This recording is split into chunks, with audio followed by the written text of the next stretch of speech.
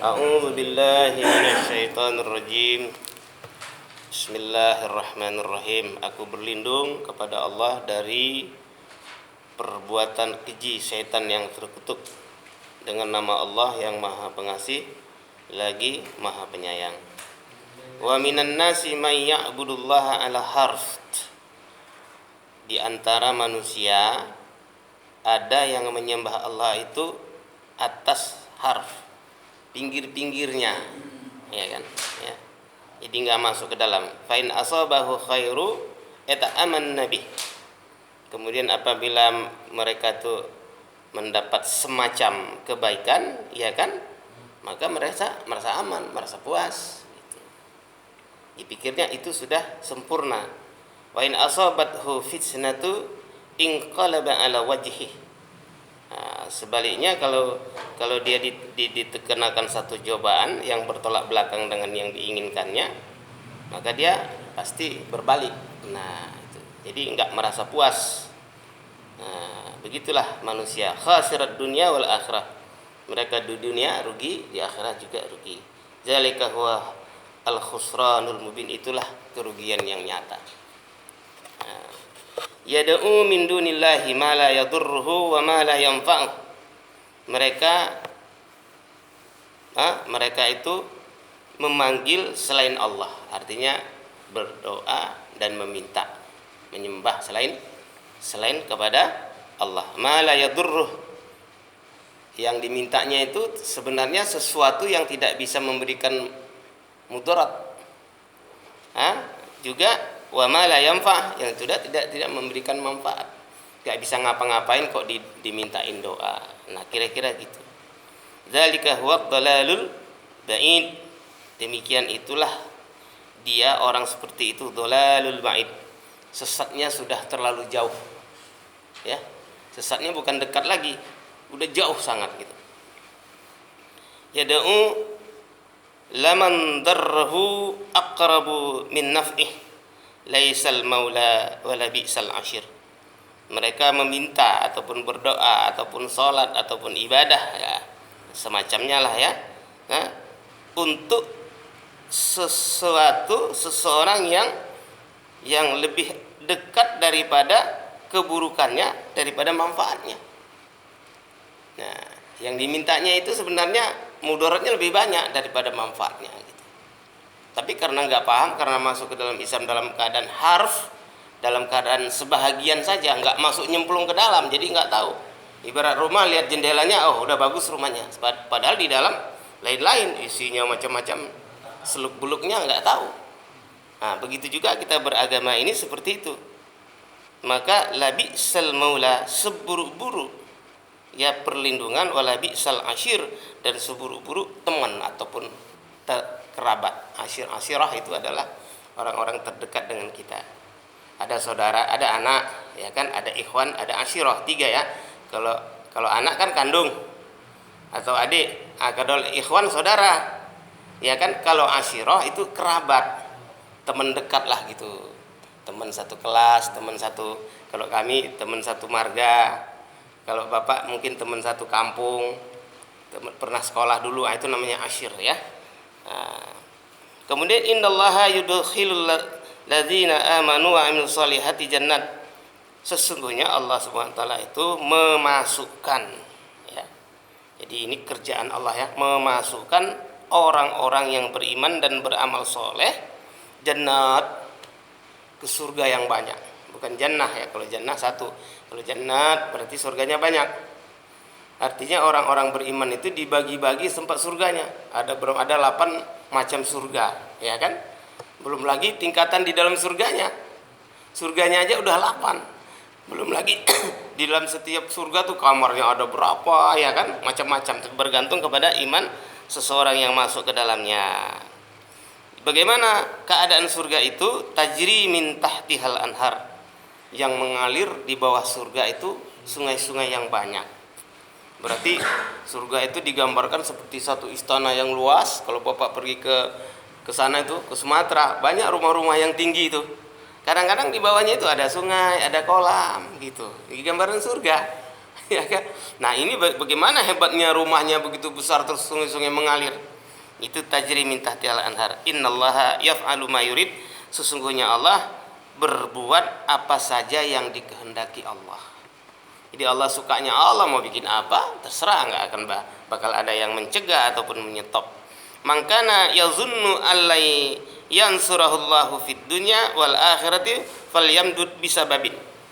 Maka barang siapa, ini semacam ancaman juga ataupun sedikit Allah memberikan testing gitu ya. Barang siapa yang menyangka bahwa tidak ada yang dapat menolongnya Allah kepada mereka untuk dunia dan akhirat, falyamdud bisababin ila sama. Maka coba sambungkan tali ke langit. Ya kan? Sambungkan tali ke langit, tsummalqat, kemudian tarik gitu, ya kan? Nah, jadi ini bisa dua arti juga nih ya kan. Kadang-kadang sama itu adalah langit-langit ini atas. Ini kan langit-langit nih. Langit-langit kan kadang-kadang sama itu ya langit yang sesungguhnya. Ya kan? Nah, kalau orang-orang kafir di sini nih Allah mengatakan mereka itu menganggap bahwa bantuan Allah itu ya tidak seperti yang digambarkan oleh mereka. Coba seperti mereka menggantungkan leher mereka di langit-langit, ataupun mereka sampai ke langit yang sebenarnya, mereka mau mencoba menggapai ininya ketinggiannya Allah, tidak sanggup juga, ya kan? Artinya itu hanya angan-angan mereka. Makanya tidak boleh kita memperburuk sangka kepada Allah Subhanahu wa taala. Maka disebut itu falyanzur. Kalau begitu pasti kamu perhatikan, hal yuzhibanna kaidahu ma yurid. Apakah tipuan mereka itu bisa akan sampai kepada yang seharusnya. Maka disitulah disebutkan bahwa Allah Subhanahu wa taala selalu memberikan keujian kepada mereka. Kemudian mereka sendiri akan berpikir bahwa tipu daya mereka sendiri itu tidak akan dapat menyetop ataupun menghindar daripada hukuman Allah Subhanahu wa taala. Lebih kurang begitu. Wa kadzalika anzalnahu ayatim bayyinat. Ini Masya Allah ya. Dan dengan demikian begitulah kira-kira anzalnahu. Di sini ada 3 pelaku ya. Dua pelaku ya. Anzalna, kami turunkan, dia akannya. Jadi dia di sini itu kepada ayat-ayat Al-Qur'an, ya kan? Kepada peraturan-peraturan dan kepada contoh-contoh ayatim bayyinat. Nah, di sini uraiannya. Itu ayat-ayat bayyinat yang memberikan uraian-uraian yang panjang. Jadi diperjelas sama Allah begini hidup ini semua itu kan. Datang nabi-nabi dikasih penjelasan. Kenapa? Wa annallaha yahdi may yurid. Sesungguhnya dengan cara seperti itu dikasih penjelasan, dikasih penerangan, dikasih dakwah, maka Allah itu dapat memberikan petunjuk kepada yang dikehendaki. Sebenarnya sifat Allah itu bukan Allah itu apa? Sebenarnya bagaimana orang itu didatangi lagi oleh para pendakwah supaya Allah bisa berikan hidayah sama dia. Iya kan? Sama dengan di lalu lintas. Lalu lintas sudah bagus, terus dibikin alat-alat itu traffic light, apa bahasa Indonesianya? Lampu merah artinya rambu-rambu lalu lintas itu kan. Maksudnya kan supaya orang yang jalan itu tahu. Peraturan itu ada polisi lagi. Polisi itu sebenarnya kalau saya belajar ilmu polisi, dia itu bukan nakut-nakuti, dia membimbing orang supaya di jalan raya itu selamat. Padahal udah ada lampu merah, udah ada traffic light, tapi tetap aja orang salah. Kok terjadi kecelakaan? Habis lu nabrak lampu merah, berarti kan orangnya. Nah, makanya ada polisi. Nah, begitulah kira-kira agama ini dibikin oleh Allah Subhanahu wa taala supaya manusia ini tetap selalu dalam keadaan selamat. Karena keinginan Allah itu Yahdi. Yahdi itu sifat Allah itu adalah Al-Mahdi itu Allah. Al-Mahdi itu Allah yang maha memberi petunjuk. Maka kerjanya Allah itu Yahdi, memberi petunjuk supaya manusia ini selamat. Mayurid kepada yang dikehendaki. Maksudnya apa? Kalau yang dikehendaki Allah itu orang yang sudah terbuka hatinya untuk hidayah. Berarti udah saatnya dikasih hidayah. Kalau orang nggak terbuka hatinya untuk hidayah, ibarat ini gelas. Gelas ini dibuka sama ditutup beda. Kalau gelas ini dibuka, maka air masuk. Tapi kalau ditutup biar dikocorin air juga nggak bakal masuk. Hati manusia begitu juga. Kalau hati kita ini dikasih bayinat, kan di situ kan ayatim bayinat, dikasih penjelasan uraian dakwah, pengajian, dikasih buka Quran hadis. Nah, kalau kita ini hati kita seperti tadi itu dibuka seperti apa? Kocor airnya masuk, dikasih susu masuk susu, dikasih teh masuk teh, dikasih stroberi rasa stroberi. Tapi kalau ditutup tutupnya ya nggak bakal masuk, walaupun dikasih ke situ yang bagus nggak bakal masuk. Hati manusia juga begitu. Kalau hati manusia ini terbuka dengan penjelasan penerangan, maka insya Allah dia cepat dapat hidayah. Nah begitu ya, insya Allah. Innalladzina amanu, sedangkan sesungguhnya orang-orang yang beriman, walladzina hadu, dan orang-orang Yahudi. Hadu itu orang Yahudi, ya kan? Wassabiin, penyembah bintang. Sabiin itu penyembah bintang, ya kan? Ini simbol aja sebenarnya. Penyembah bintang itu penyembah makhluk ya. Kadang-kadang menyembah bintang, kadang-kadang matahari. Kalau seperti di Jepang kan negeri matahari terbit, ternyata yang disembah matahari. Kalau pergi ke India lain lagi, sapi disembah. Al-ijlah itu sapi disembah. Masalah. Makanya kalau sapi di sana di jalan tol nggak boleh dilarang, jalan aja sampai macet, tunggu dia lewat dulu baru. Kenapa? Tuhannya orang dia, nggak boleh diganggu. Nah, makanya di sana kalau makan daging sapi murah, ambil aja sapi sendiri, sudah harganya murah banget. Karena apa? Tidak ada harganya. Sapi di sana. Jadi setiap hari kita makan daging nggak apa-apa. Cuman jangan depan mereka sembelih. Marah dia. Kamu sembelih Tuhan saya, katanya gitu. Ya. Teman saya lagi jauh lah, lagi silaturahmi, ketemu sapi. Sapi, lu tanggung jawab lo. Orang-orang India sampai nyembah lo, katanya. Lu ngaku Tuhan ya? Dijawab sama sapinya, enggak, dia aja yang salah sendiri, kenapa nyembah saya nggak suruh dia nyembah saya, katanya gitu. Ya bercanda. Tapi nggak dituduh penista agama orang. Nggak, kan orang di situ hebatnya toleransi mereka sudah sangat tinggi, karena udah berketurunan dari dulu kan, dari zamannya Bani Israel udah kayak begitu. Jadi udah kental itu yang dibilang sapi itu ya ini Tuhannya orang India, itu udah dalam hati kita, itu udah tahu Tuhannya dia, jangan diganggu gitu. Kecuali orang-orang dakwah. Nah kalau orang-orang dakwah ini diakui oleh mereka dan disegani. Orang dakwah ini kan sering kemana-mana, kan pusat dakwah kan di sana. Jadi kalau orang dakwah ini naik di mobil, di bus atau di kereta, itu orang itu datang, ibu-ibunya orang-orang India itu datang, itu pakai apa semacam ini, terus ngebawa ini gelas ataupun botol ada airnya, minta doa sama kita. Doa kita udah nggak usah macam-macam, doain aja lah, baca Al-Fatihah kayak nggak apa-apa kan gitu kan. Dia yakin sama kita, jadi dia sebenarnya nggak meyakini agamanya itu. Sampai kayak gitu. Cuman kita nggak boleh, agama kamu salah, jangan, kecuali orang itu sendiri yang datang minta masuk Islam. Banyak yang begitu karena dia kagum dengan amalannya orang-orang Islam gitu. Seperti terjadi begini sekali di sini pusat dakwah di Delhi itu kan, di depannya ini kan orang Hindu banyak. Nah anak-anak mereka ini bermain di lapangan tiap hari sama-sama, namanya anak-anak umur 10 tahun 11 tahun kan sama-sama main.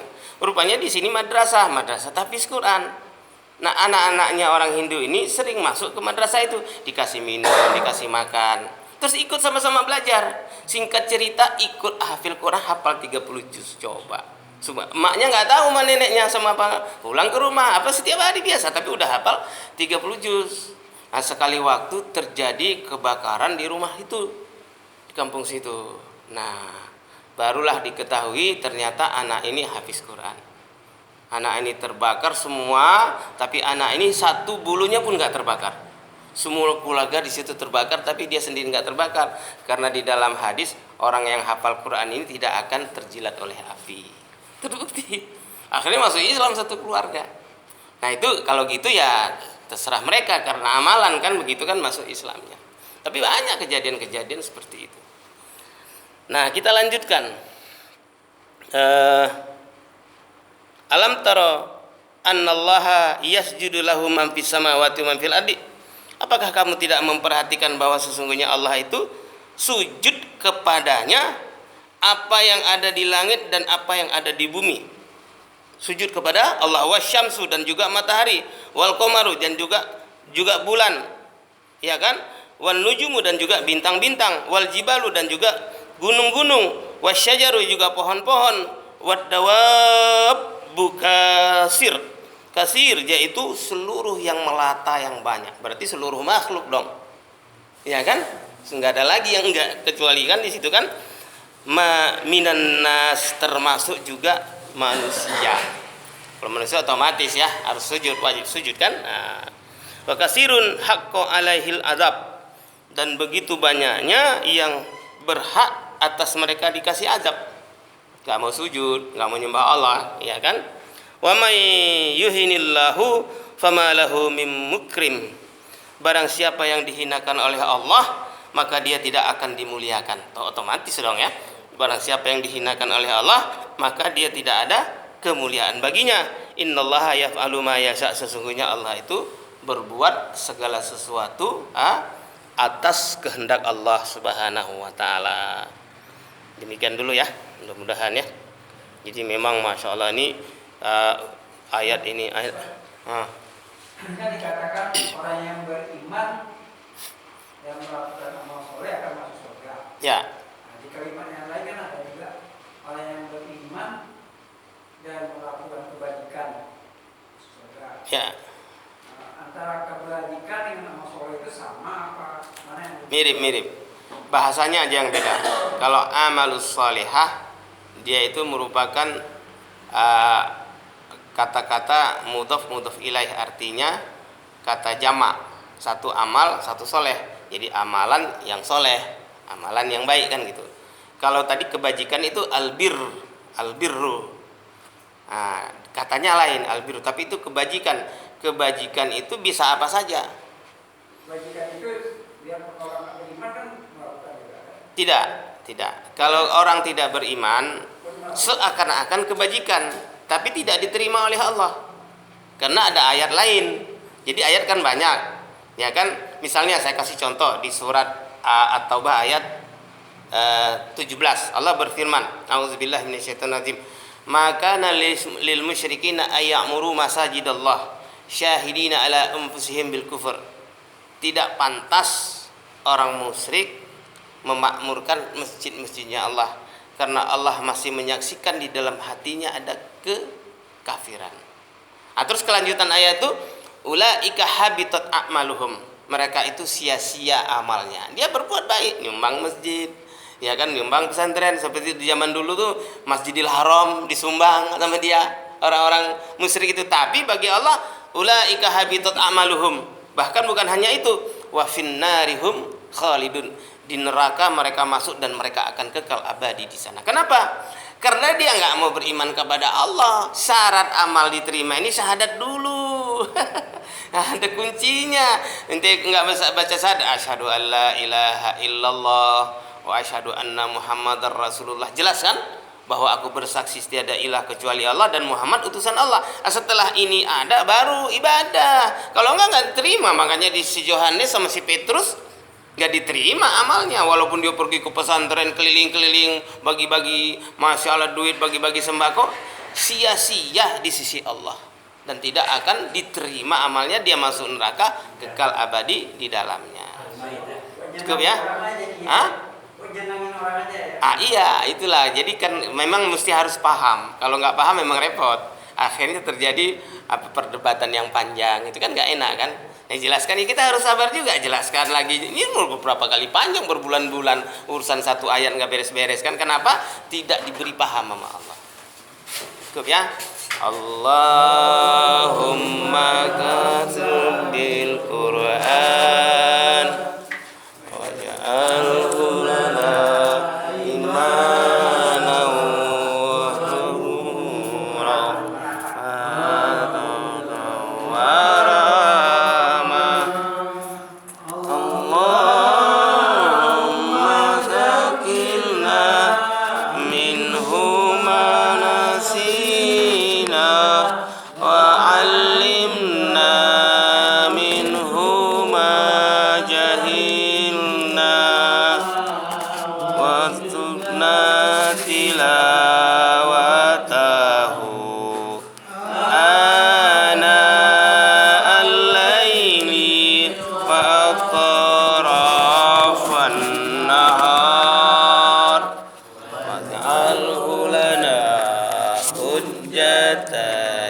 ya